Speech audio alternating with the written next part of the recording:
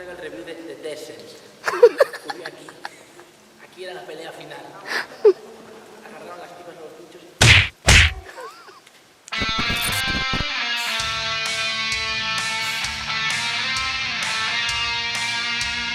Bueno, como ya he dicho, esta reseña es un remake de una reseña anterior, puesto que fue, creo que de las primerísimas que hice, y estoy de acuerdo que estaba bien rehacer la reseña, porque es una película que podríamos decir que es del montón, pero es buena, es sustancialmente buena, y vale la pena hablar de ella con mejores capacidades. Bueno, porque si nos ponemos así, la mayoría de reviews de mis primeros años tendrían que ser rehechas, salvo honrosas excepciones. Pero bueno, a lo que hemos venido. La película de Descent del año 2005, dirigida por Neil Marshall. Bueno, esta película cuando la vi fue todo un descubrimiento. En esencia, fue un poco una de esas películas que me devolvió un poquito la fe en el cine comercial de terror en aquellos tiempos, que me había puesto un poco pureta y empezaba a ponerle mala cara a todo lo que fuera del siglo XXI. Y solo veía las virtudes del cine de terror, especialmente del siglo pasado, que está todo inventado, que aquí nadie mete toda la carne en el asador, etcétera. Craso error, porque había y hubo muchas películas buenas que se hicieron sobre todo en la década de los 2000 en cuanto a terror se refiere, que son bombásticas.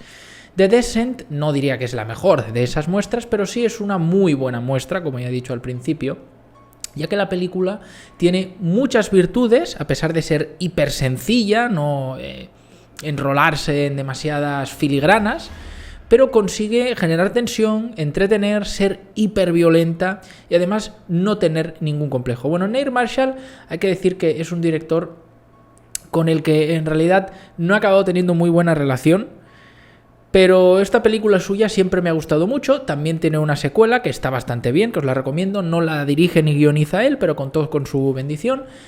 Y bueno, la primera película que hizo, o que yo vi, que fue esa de Dog Soldiers, siempre me ha parecido un mierdaco gordo. Sin embargo, cuando entré en contacto con The Descent, conecté con ella inmediatamente. Es una película impactante, dura. Nos habla de un grupo de mujeres, ¿vale? Que, bueno, en la amistad que tienen en común se dedican a practicar cierto tipo de deportes al aire libre, ¿no? Deportes ciertamente de riesgo, ¿no? Bajan ahí por rápidos en ríos, escaladas, senderismo, que si puenting, que si eso y lo otro, ¿no? La desgracia llega cuando a la protagonista un día la va a buscar su marido con su hija, a una de esas salidas a la naturaleza que ha tenido con sus amigas, y tiene un accidente de coche. Un accidente de coche que parece muy estúpido, pero es un accidente de coche de los del día a día. Una pequeña distracción en una carretera de doble sentido, y el conductor se sale del carril y impactan los dos coches frontalmente. Y el choque es súper leve realmente, nada que pudiese matar a nadie, pero oh la casualidad, el terrible destino, que el otro vehículo transportaba unos tubos de metal y los tubos de metal atraviesan el vehículo de la protagonista de lado a lado, ensartando al marido y a la niña, pero a ella no. Imaginaos la carga emocional ya que deja la película desde el principio. En la apertura de la cinta es increíble, y este trauma que queda en la protagonista hace que se aísle, obviamente por varios meses, mucho tiempo, hasta que decide volver a quedar con las amigas, y allí, invitada por una de ellas a Estados Unidos, deciden ir a un bosque, a meterse en unas grutas, meterse en unas cuevas, con otro grupo de chicas, de mujeres que no pertenecían al grupo originalmente, y una que es americana, que es un poco como la que les hace de guía por el parque. Y ahí la cosa se va de madre cuando se quedan atrapadas en la cueva. Pero no va a ser una película que va a tratar sobre el tema de, pues eso, supervivencia, claustrofobia, sino que la cinta va un paso más allá para convertirse en una película totipotencial de terror, cuando introduce en la ecuación unas criaturas que están en la cueva acechando, ¿no? Unas criaturas que parece que nunca salen al exterior, o en raras ocasiones que nadie tenía conocimiento de ellas y que están ahí a la White, ¿no? Entonces, esto hay gente que le puede desencantar de la idea, en el sentido de que, hombre, la película ya hace virtud suficiente, ya tiene méritos propios suficientes como para atraer al espectador y mantenerle enganchado solo con la idea de meterse en la gruta, perderse en la cueva. Y la verdad es que Neil Marshall lo hace muy, muy bien. En estos primeros años de carrera, la verdad es que tenía la mano un poquito más fina. Luego realmente hizo más carrera en la televisión, en series de televisión, y ha trabajado en muy buenas producciones. Juego de Tronos, Aníbal, Constantín, la serie de Westworld, ahí dirigiendo capítulos, o sea, no es moco de pavo en lo que se ha involucrado. Pero es verdad que luego, cuando volvió a retomar trabajos en largometraje, para mí se perdió completamente. Y esto también tiene que ver a nivel personal con la relación que tuvo con la actriz Charlotte Kirk, de la que se prendó. Y bueno, una serie de chantajes a productores, una historia súper turbia que no viene a caso, pero que es, bueno, interesante y que, bueno, forma parte del mundo del entretenimiento, toda esta mierda que siempre sale a flote, porque al final hay personas detrás y los humanos somos corruptibles y somos ambiciosos y, en fin. La cuestión es que en esta película hizo un buen trabajo y ya dio muestras de un elemento que siempre ha tenido él en su filmografía, que es que si puede se guioniza sus propias historias, como es el caso, y suele tener como prioridad poner a mujeres en personajes protagonistas, ¿no? Y además en roles fuertes. Además le gusta este perfil de actriz tipo, pues ya digo, Charlotte Kirk, Rhona Mitra, es decir, tiene una fijación con un prototipo muy arquetípico de actriz. Y esta precisamente es la película más salvaje en ese sentido, porque la peculiaridad que tiene la película es que todo el reparto, toda la acción, es un grupo todo de mujeres. No hay prácticamente ningún hombre en la película, quiero decir, porque en la parte ya de la cueva, lo que es el centro de la historia, todas las que bajan a la cueva, mujeres. Y esto es algo tremendo, porque te viene a demostrar una cosa que con el paso del tiempo le ha dado valor a esta cinta, y es que fijaos que la película fue hecha en 2005, sí, obviamente esto no era nada nuevo, ya habíamos tenido películas que si La Teniente O'Neill, etcétera, etcétera, pero a lo que voy es que, si bien ya se empezaban a desafiar este tipo de cosas, esta película mete toda la carne en el asador. Todo el reparto son mujeres. Además se eligió un cast, obviamente, a ver, en una producción tipo serie B, se entiende, pero se eligió un cast de actrices de bajo perfil, poco conocidas. Entonces le da un aire muy amateur, muy auténtico a la película, porque en ningún momento puedes sentir esa idea que pasa a veces de veo al actor detrás del personaje, ¿no? Lo sientes natural, porque no conoces los rostros mayormente. Y el hecho de que todos los personajes sean femeninos es brutal. A mí me encantaba la película por eso, porque era desafiante, era diferente. No necesitas hacer un grupo mixto o un grupo todo de tíos, y hacer un grupo de mujeres, y además mujeres guerreras, por lo menos 2 o 3 de ellas, pues le da un plus a la película muy rico. Ya digo, en ese momento, 2005, y esto te viene a mostrar cómo de mal hemos llegado, que si esta película la hubieran hecho hoy en día, estoy seguro que hubiera sido un desastre, porque te hubieran puesto las típicas paparruchadas de el empoderamiento, humillar a los personajes masculinos, etcétera, etcétera, ¿no? Y esto te viene a demostrar que ya había un tipo de cine antes de toda esta fiebre y esta moda enfermiza, que es algo top-down, o sea, impulsado desde arriba, que ya teníamos cine con estas características y bien hecho, fresco, atractivo, cuando de hecho al espectador no le importaba ver qué había en el reparto, porque no habían estado con la cizalla constante molestando al espectador y haciendo que ya cuando vayas a ver algo en la cartelera dices, bueno, a ver quién me lo presenta, qué tengo en el reparto, y si es un remake, reboot, porque ahora no salimos de esas, a ver qué personajes me habían cambiado a nivel físico, ¿no? Porque a nivel de aspecto le habrán hecho algún ray swap, ¿no? Algún blackwashing o alguna chufla de estas. O sea, es tremendo. Y esta película es una verdadera patada en la boca al futuro. O sea, es algo brutal.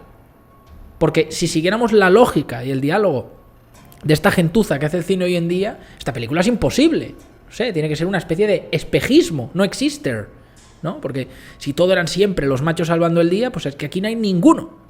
Ninguno. Y tampoco le hizo falta a la película decir, bueno, pongo a un tipo y hago que se parte una pierna al principio y sea un inútil o un llorón. No, no hace falta. Ya digo, la película es muy interesante porque si incluso eliminaras de la ecuación a los monstruos, te atrapa desde el primer momento. Súper cautivadora, tiene un ambiente malsano muy bueno, sobre todo desde que entran a la cueva, y el trabajo hecho dentro de la cueva es brutal. O sea, teniendo en cuenta el trabajo añadido que lleva a nivel de fotografía, de trasladar el equipo. No sé hasta qué punto era todo, digamos, un entorno natural o un set. Obviamente me imagino que habrá alguna mixtura. Pero todo entendido que todo se intentó grabar de la forma más fidedigna posible, y los efectos especiales aquí, olvídate, salvo por algunas tomas en las que necesitan que los monstruos estén trepando por el techo o algo por el estilo, todas las criaturas que veis son actores maquillados. O sea, aunque la película es de 2005 y ya estábamos pues de pleno derecho entrando en lo digital a tope, todavía estábamos en esa época, sin embargo, en la que se mezclaba CGI con efectos especiales prácticos. Aún así, la película se ceba en tener un registro propio del siglo pasado puramente e intentar hacerlo todo con efectos prácticos. Entonces coges a unos actores, les pones ese aspecto de criatura, los actores lo hacen fantásticamente, apoyas eso con unos buenos efectos de sonido, porque el apartado de sonido de la película es súper importante para la ambientación y para darle autenticidad a las criaturas, y tienes la fiesta servida. Pero es que además, ya digo, en ningún momento tienes la sensación de que son unas pegapatadas, que una sola se va a despachar a 5 porque ella lo vale, porque es L'Oreal.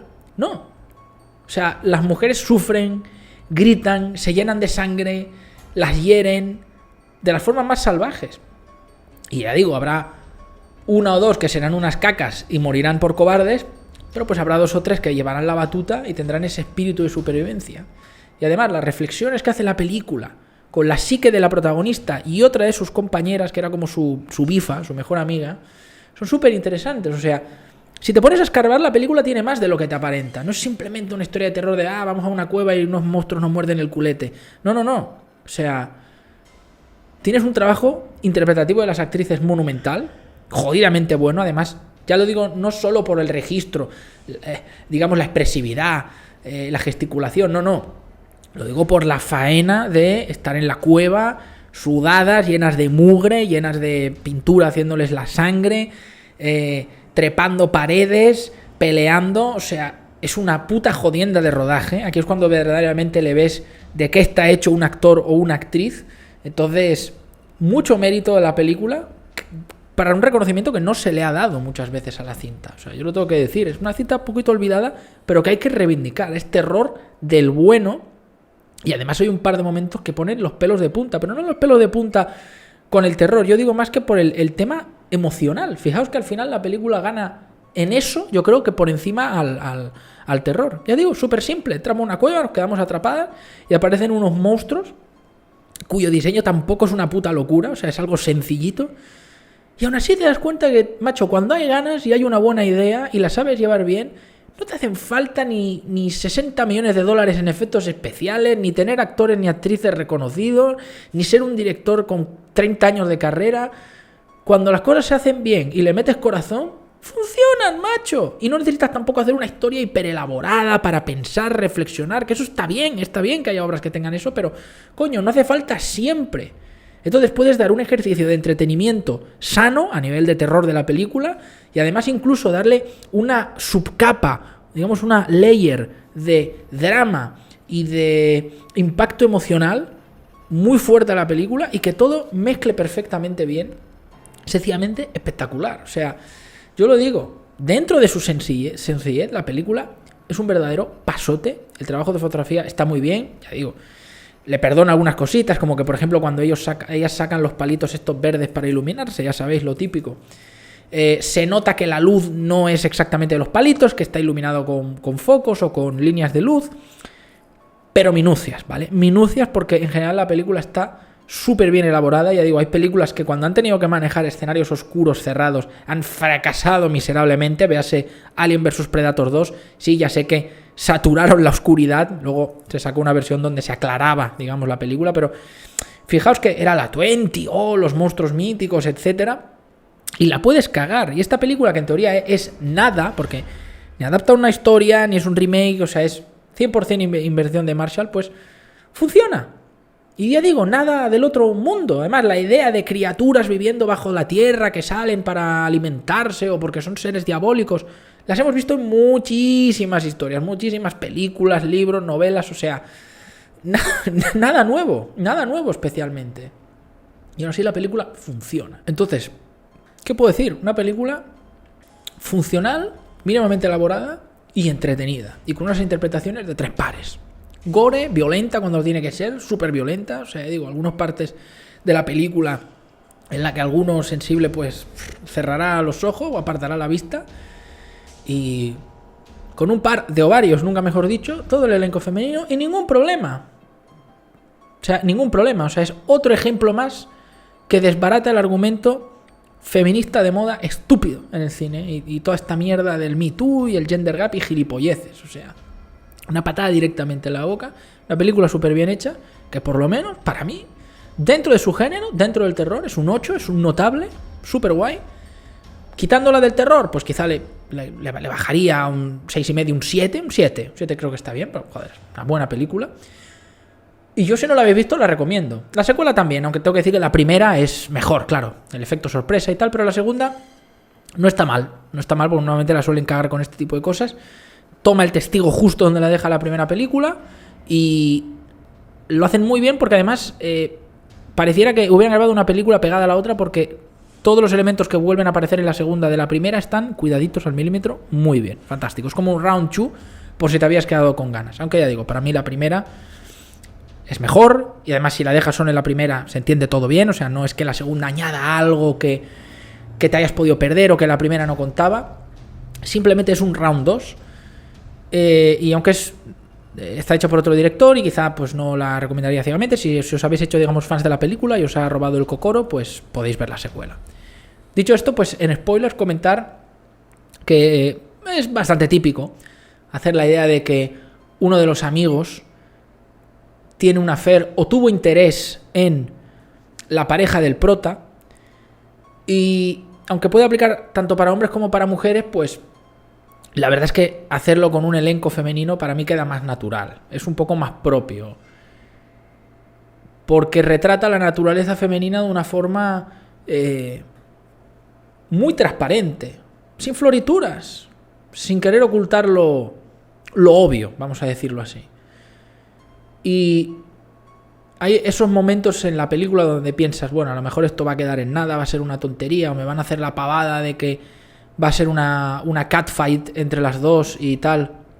Si no sabes al principio que va a haber monstruos, claro. Y no, la verdad es que la película lo maneja bastante bien. Y pues, ¿qué momentos a destacar? Cuando descienden a la cueva, cuando pasan aquel paso angosto, aquel túnel.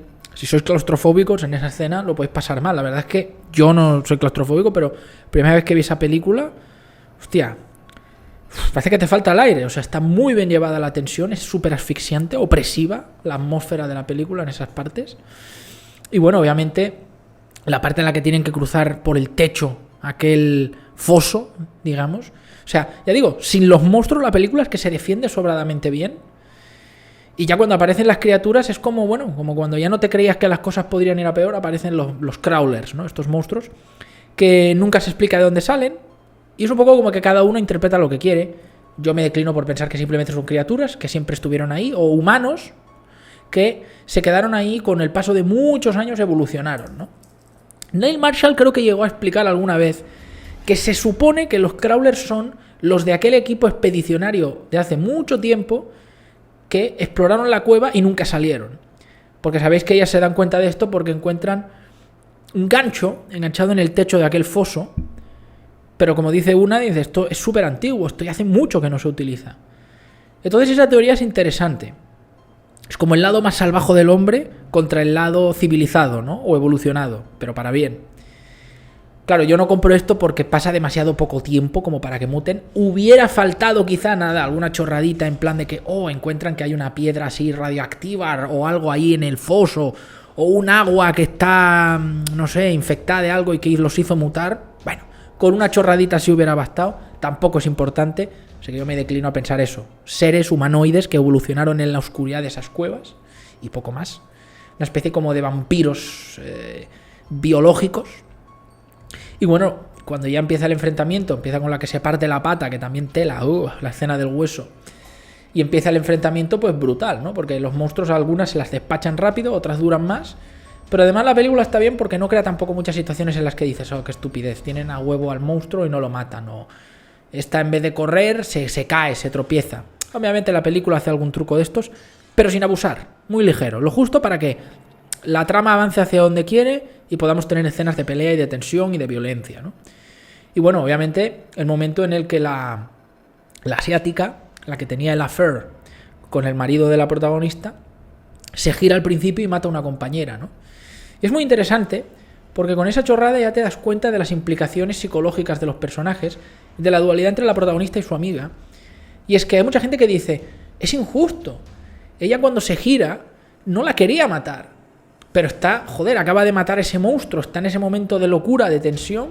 Claro, la otra se acerca sin hacer ruido y cuando se gira le da, sin querer. Y es como de, sí, es correcto, claro que no hay que culparla por eso.